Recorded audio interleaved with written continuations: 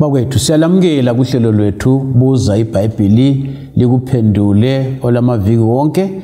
Ngihamba labafundisi bamababili, umfundisi uOB Mpofu lo CK Mpofu yibo abamphahle lapha, mina umfundisi uEsindlovu. Inombolo zocingo ngu0718444196.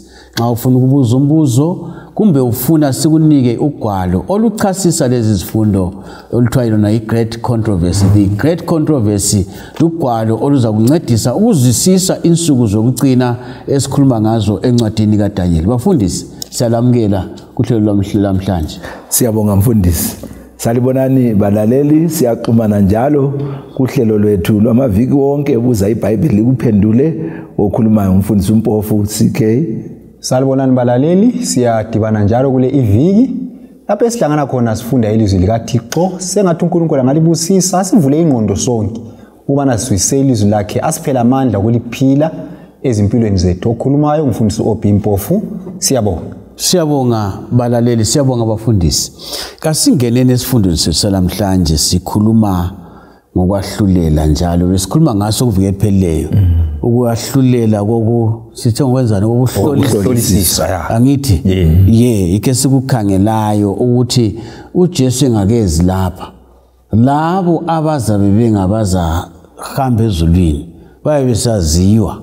Kunjalo. Ngoba umicanda uJesu uzabele register bize. Bofumana lapha. Kumbe ngikhona ihlalisa abantu phansi uthi wena hamba ngale, wena hamba ngale, wena hamba ngale. Sithe thina kuvike lipheleyo bafundisi. Sikhuluma sihlezi lapha amagama ayakhangelwa. Kunjalo. Enxa sizafika ukuthini azakhangelwa kuzokufike ngaphi. Kunjalo. Kodwa amagama ayakhangelwa. Kule ngoma yasithi khona liyabizwa igama lakho. Asikwazi ukuthi khathesi kukhangela igama likabani. Kodwa amagama ayakhangelwa. Mfundisi CK akusincedise ikakhulu nxa sikhangela umlando lomsebenzi kaJesu endaweni engcwele njengegqwetha lethu, ummeli wethu. Ngiyabonga mfundisi, sizafunda encwadini kaJohane wakuqala isahluko sesibili ivesi ngelakuqala. 1 John chapter 2 verse 1. iBhayibheli lithi lona ke bantu abami ngililobela lokhu ukuba lingoni, kodwa uba umuntu esona silommeli kuBaba uJesu Kristu olungileyo. Ngamanye amazwi iBhayibheli likubeka kube sobala ukubana ke kukuwahlulelweni lokhu okokuhlolisisa okuthatha indawo kaDesi. Igqwetha lethu lommeli wethu nguJesu. Mase sibonile ubuyele emva kancane mfundisi lapho bala khona ukuthi uJohana anti yakhumbula ukuthi wabhala sekhulile. Kunjalo mfundisi. Nxa sibuyela lapho ukuthi bantu abami ngifisa ukuthi ngabe kalona. Ngiyakhumbula ukuthi sasizama ukuthi ungone. Uzumake sibili ukuthi yamhlaka ngonanga. Kodwa kinsonile. Kunjalo. Ngakuya uthi ngakuya ngaye ngakasona. Ngasona. Nxa sithi silommeli lapho ngakuchasisa njani?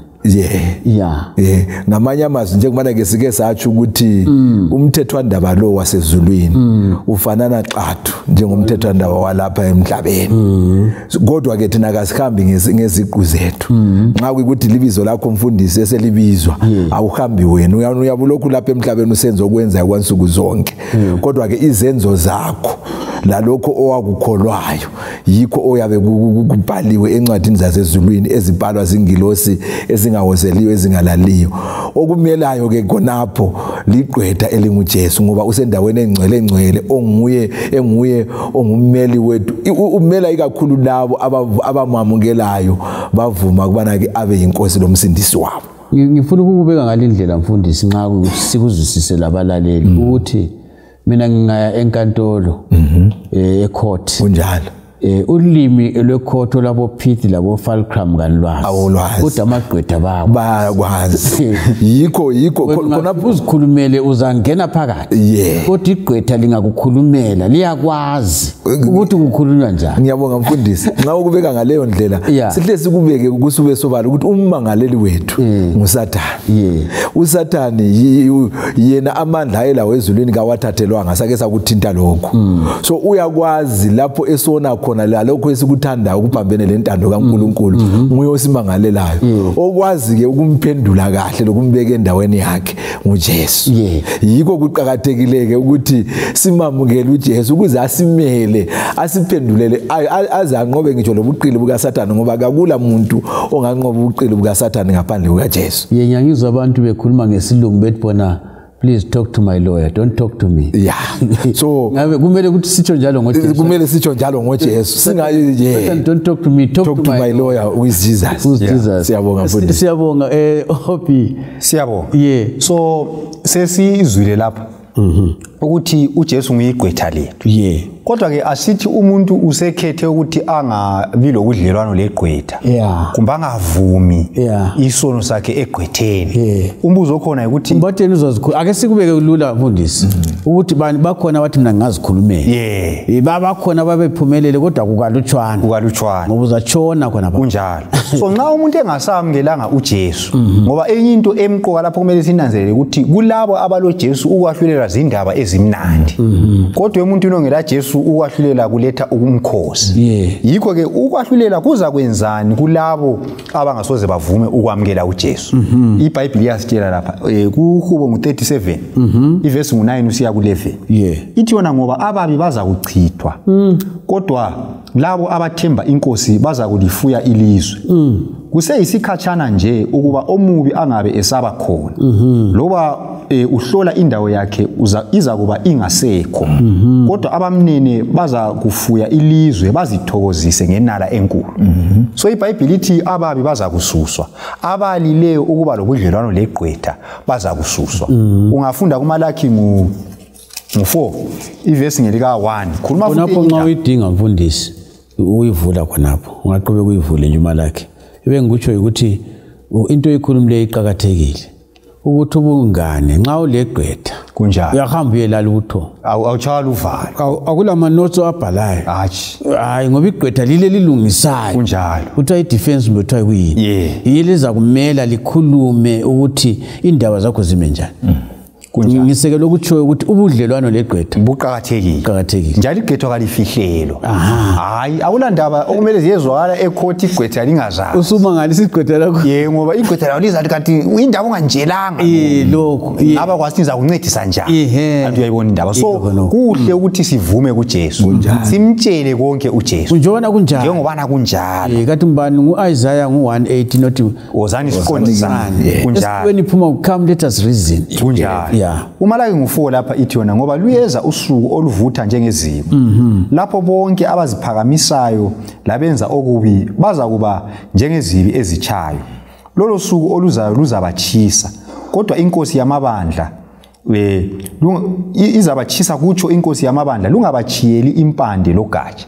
So iBhayibheli lithi yona maye kulabo abangasoze babe lobungane legqwetha. Kodwa into engikhathazayo ukuthi kathi umuntu uza kuyatshelani yona indlela yokuphunyuka ikhona njalo ingabhadalelwa. Antu uyayibona indaba akubhadalelwa umuntu akudingi ukuthi ugade iframachini igqwetha kumele libhadale igqwetha liyabhadalwa imali enengi. Kodwa lapho uJesu uthi abampofu labanothile abafundileyo labangafundanga abatsha labadala wozani ufuna wonke umuntu abuye ngifuna ukuthi ngumele angicharge imali okwakho kuphela yikungamukela ukholwe kimi. So uzalahlelwani enye ivesi engasincedisa nguPetro 2 ngo3 verse ngo10 usiya ku12 iyaveza futhi ngosuku lokwahlulela ukuthi uNkulunkulu kulabo abangasoze bavume kuza kuba buhlungu ngalolo suku. Kodwa akumelanga ukuthi mina lawe sibe yilabo abaza kuba ingxenye kulabo abaza kuzwa ubuhlungu okunjalo. Siyabonga mfundisi. Ngasikhangela indaba eqhakathekileyo kakhulu. Umhlaba abantu baza kuthini abalungileyo labangalunganga nxa bekhangela ukwahlulela ngoba sithe thina uNkulunkulu kayihluleli kazenzeli lokho ngibona niqondile wenzela abanye abantu ngoba uyakwazi emhlabeni awanga yena kalambuzo sihlezi lapho uyasazi usizaphetha ngani kunjalo mfundisi kumpho ukuthi baza kubona njani abantu kuyini okumele kwenzakale kibo nxa sebebona ukwahlulela kwaNkulunkulu. Siyabonga mfundisi njengesifundo sethu buza iBhayibheli likuphendule lizasiphendulela lapha encwadini yabaseFilipi isahluko sesibili ivesi ngelika 10 nelika 11 ngizafunda futhi lo Isaiah ngo45 ivesi ngelika 23 ukwenza ukuthi ngixhumanise testament elitsha lelidala kwaba seFilipi isahluko sesibili ivesi ngelika 10 nelika 11 iBhayibheli lithi lona ke ukuze kuthi ebizweni lika Jesu amadolo wonke aguqe awabasezulwini lawabasemhlabeni lawabangaphansi komhlaba lezi ndimi zonke zivume ukuthi uJesu Kristu uyinkosi kube ludumo lukaNkulunkulu uyise. So singananzelela lapha ke kuthiwa abasezulwini labasemhlabeni labangaphansi komhlaba bonke bazathi ngemva kokubona ukwahlulela lokhu okokuhlolisisa sokwenziwe baza kuyaguqa amadolo wonke phambi kukaJesu bathi uNkulunkulu ukwahlulela kwakho kunjani kulungile. So yikho esikubonayo umhlaba abalungileyo labangalunganga bevuma phambi kwesihlalo sikaNkulunkulu. Isaiah ngo43 ivesi 45 ivesi ngelika 23 ithi yona ke ilamazwi futhi ahambelana lawona la amazwi esiwafundile kuTestament elitsha. Ithi yona ke kuIsaiah ngo45 ivesi ngelika 23 ngizifungile mina ngakhuluma ilizwi eliqinisekileyo elingasayi kwaphulwa futhi elithi wonke amadolo azaguqa phambi kwami.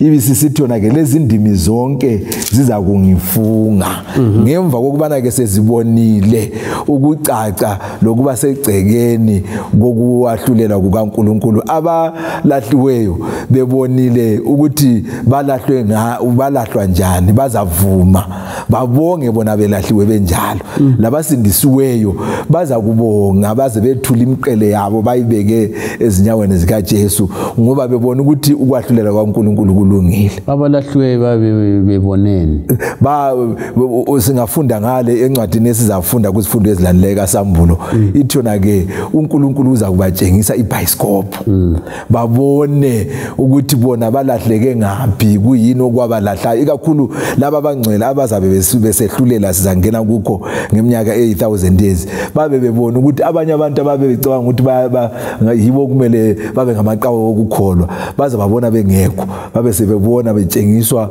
iBioscope lokuthi lo yebo la nxa wayetshengisa kwangani liqhawe lokukholwa kodwa nanku ayengakwenzi kuhle nanku ayengakwenzi kuhle anje sakhuluma ngemthetho kaNkulunkulu ukuthi iyo istandard sejudgment. Bengidinga kakhulu umfundisi ukuthi libale ndidinga lincedise ifairness justice kuthiwa ukulunga ifairness kuyini hayi lapho ukuthi uNkulunkulu kazange kafevanga umuntu kazange akula muntu amenzele kuthiwa ifavor ayenzelanga umuntu favor akula muntu ongene ngejamba uhlobo ongene ngekhona akula muntu ongene ngesango la ngemuva umuntu olahliweyo uyabe kwazi laye ukuthi vele kumele ngilahle kuyabe kusegcekeni kuyilanto kuthiwa umbe ku efihliwe ikade ngizama ukudinga mfundisi siyabonga mfundisi asidluleni khona kukhona ufuna ukukusho lapha mhlawumbe ngingabala livesi engingancedisa uSambulo ngo15 ivesi ngo3 lo 4 ithi yona abahlabela ingoma kaMosi inceku kaNkulunkulu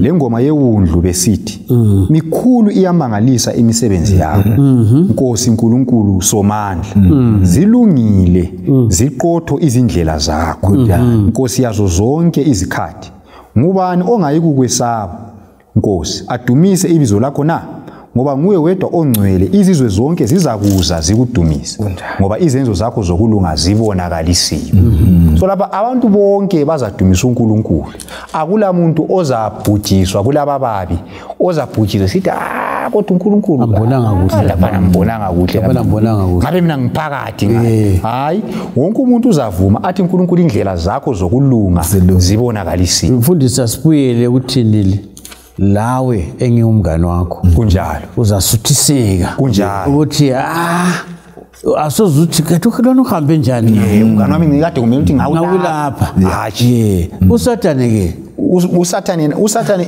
nguye vele ozavuma kuqala ukuthi hayi loba lami ngisiya kuchallenge lo sizami sitshela esikhona sitshele sikwazi kunjalo ake siqedise ngoba isikhathi nansiyana siyahamba laphana nguwe obhila phana oqedisayo ukuthi khona ngabona sisike sakuthinta kodwa ngakugcwalisa nje sikhangela abaseRoma ngo3 abaseRoma 3 manje nxa sisiye kwahlulelweni ngihamba ngithembeni ngoba ngangisizwa abanye abafana nxa kwakusaziwa nxa babemhlupha kakhulu enkomeni engazazi ukuthi ngelanga ubhudu uyabuya ngelanga elingaka William lendlela aziphatha ngayo vele yabe sijinji ngoba uyakwasi ubhudu uyabuya nxa ubhudu ekhona mhlaloko layo even indlela abafana bakhona babehamba ngayo iyajinja ukuthi ubhudu khona ngoba ubhudu khona so ekwahluleni lapha ngubani umfowethu ngubani ubhudu esimthembileyo yindaba esikhuluma ngayo la abaseRoma 3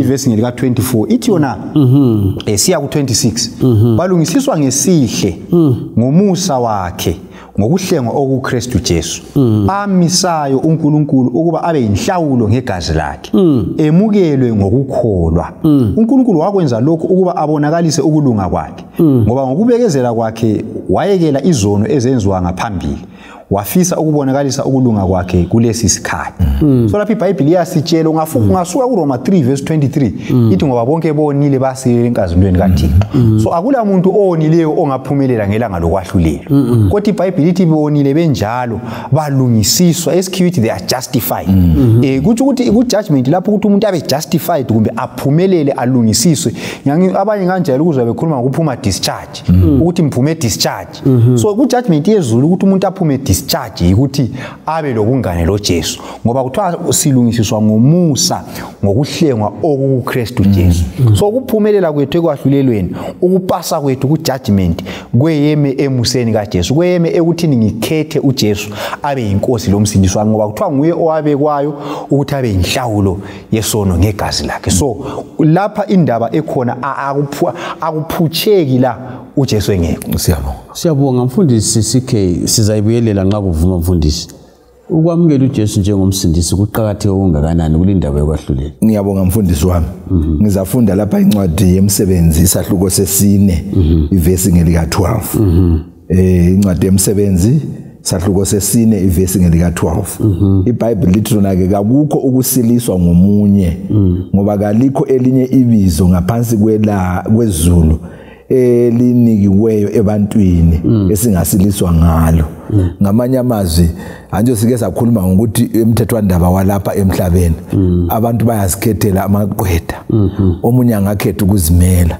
kodwa endabeni yosindiso kalikho elinye ibizo esiliphiwe ebantwini kalikho elinye iqwetha esingalidinga ngaphandle kukaJesu yikho ungazofunda incwadi kaJohane ngo14 verse ngelika 6 uJesu uthena ke mina ngindlela lokuphila leqiniso ngakho ngeza kubaba ngaphandle kokuza ngami nguye omisiwe ukuthi emthethwandaba lo esiphakathi kwawo lasekwahlulelweni lokho esiphakathi kwakho osimela kuphela munye nguJesu ngoba yena waqualify wangena ngegazi lakhe ayikhona lezi nyamazana siyabonga ngizalibiza umbuzo omzima bafundisi lo liyawuhlanganyela liwuthelele liwuthelele ngoba unzima kulabantu abathi bona lani liyabaza abanye abantu abalungileyo kasosigangi kasosikliwi kasosixhwali kasohlongandlela ilakuzisisa kunjalo mfundisi athi mina kangilahlupho kanihluphani labantu ngisakhamuze esilungileyo umlimi uzabe nilahlelana lani libona asosigangi asosikliwi kathathu bafazi babantu lesigabeni uyabe saziwa ngakhe futhi uyamthanda umuntu akuyigcina kuhle kodwa ethi manje umlimi uyabe nilahlelana siyabonga izima ntithelithelele lo nxa ngikhumbula abafundi beBhayibheli kulento abakhuluma ngayo kwabaseRoma 3 abayithi ngesikhiwa kuthiwa iscandal of particularity ezondwa ngamaJuda ukuthi uPaul wacacisa ukuthi ngaphansi kwelanga lapha kakula ngitsho lo muntu oyedwa ongasindiswa engela Jesu so ngokufundisa kwemfundiso yeBhayibheli encwadini zikaPaul kuthiwa uPaul ucacisa ukuthi usindiso lukhona kuphela kwamukela kuJesu. So ngezinye indlela akula muntu ozangena ezulwini engazange atshengise ukukholwa kwakhe kuJesu. Akula muntu ongaphumelela ekwahluleleni angazange atshengise ukukholwa kwakhe kuJesu. Ngikhumbula uJesu ehlangana lenye indoda eyafika kuye yathi ngenze njani ukuze ngingene embusweni wezulu. uJesu wathi ndoda imithetho uyayazi wena. Ehlonipha idlelonyo wamtshela imithetho. Indoda wathi lokhu ngakwenza kusukela ebuncanini bami. uJesu wathi kulento eyodwa esele. So umuntu onjalo ongathi mina ngilungile ngenza konke uJesu uthena kulento eyodwa esele eyikwamukela uJesu onguye esimphiweyo yena yedwa ukubana abe ngumsindisi wethu. Siyabonga. Mfundisi Sikhe sesigqiba. Ngiyabonga mfundisi wami. Ngifuna ukufunda mina kuJohane ngo3 yawichaye indaba kaNikodimi oweza uJesu ngobusuku wathi mfundisi ngiyenze njani ukuze ngubone umbuso wezulu. Wathi ngaphandle ukuthi uzalwe kakutsha. Ngamanye amazwi ukuzalwa kakutsha sizelwe sonke singaphila impilo esiyiphilayo kodwa ke kuhle ukuthi sizalwe kakutsha ngokukhetha uJesu lokumamukela njengenkosi lomsindisi. Nguye kuphela ozakwenza ukuthi sibe ngabasindiswayo. Ngaphandle kwalokho kayikho enye indlela akukho olunye usindiso futhi. Kakusincedisini bafundisi ukunanzelela ukuthi ukulunga kwethu konke kunjengengubo engcolile utsho njalo Isaiah ngo64 ngaza 64 verse 6 ukuthi ukulunga kwethu konke kakwamukeleki kunjalo. Angazi ukuthi singakubala njengani ngenze ukuthi lithi lina mpofu laphana ngawuthi I read icomputer I read nxa wena ungama phambili laphana ungene ebhokisini kakubali lutho ukuthi akubone lutho ukuthi akuboni lutho kodwa kungavele kubonakale ulunga kukaJesu siqalisa ukubala kunjalo ukuthi 1 balaleli nasi indaba elethwa ngabafundisi emqoka. uJesu indlela leqiniso lokuphila. Ungumsindisi wethu, uyinkosi yethu, ungumngane wethu, ungumeli wethu endaweni engcwele uyikho konke. Nasi indoda engithanda ukubana ngilithengisele mbe ngilinikeze kiyo angeke ngithengise othani ngiyibukeze ukuthi akudingi imali ukuthi umamukele kudinga inhliziyo yakho ukuthi ngilapha Nkosi ngiyavuma uJesu uzimisele ukuthi akumele kulumthethwandaba uphume ungelacala wena kade ulecala. Angithi kuthiwa wathala amacala ethu nasingabi lamacala. Umlimi angana ngasisiza asiphathise ikakhulu ukuthi simenze abe ngumngani wethu. Siyabonga kakhulu isifundo salamhlanje. Ngilethemba siza kudibana njalo kuvikelizayo. Vumani ngibonge okaDlodlo lokaNcube abasibambela imtshina labafundisi ababili uOP lo CK. Sidibane kuvikelizayo. Inkosi belani siyabonga.